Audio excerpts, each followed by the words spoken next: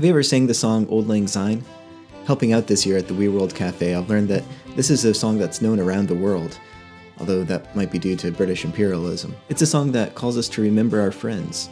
So how are you at keeping up with old acquaintances?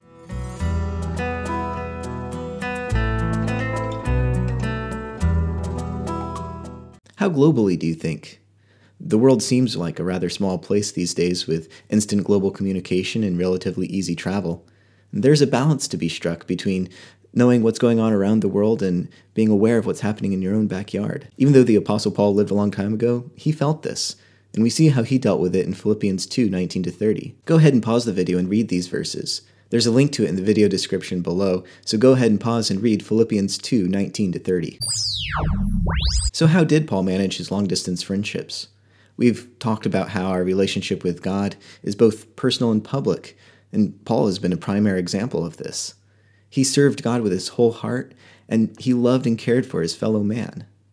But what did Paul do when oceans separated him from those he cared for? Well, here in the book of Philippians, we see how the church works together to build and maintain relationships. First, Paul talks about Timothy, and Timothy is described in verses 20-22. For I have no one else of kindred spirit who will genuinely be concerned for your welfare.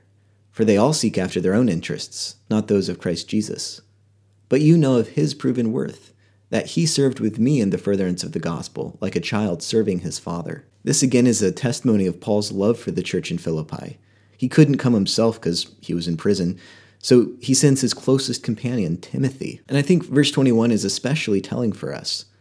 Timothy's main motivation was seeking after the interests of Christ Jesus. Think about the people in your life who you respect or who have influence on you. Are they seeking to honor and glorify God? Or do they have other motives? And as we think about that question, the reverse is also something we need to keep in mind. What am I pointing people to? We get an example of this in the next guy, Epaphroditus. The Philippian church sent Epaphroditus to Paul with a gift to care for him, and Paul holds Epaphroditus up to the church as a model to follow. Why?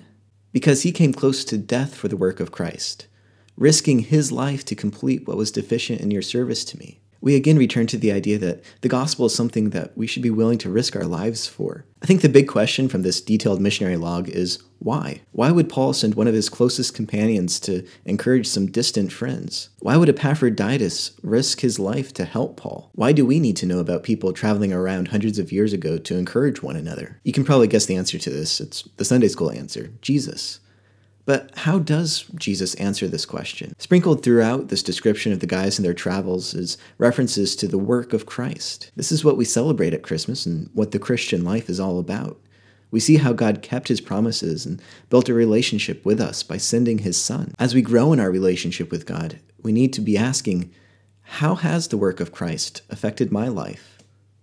What am I doing to build this relationship with God?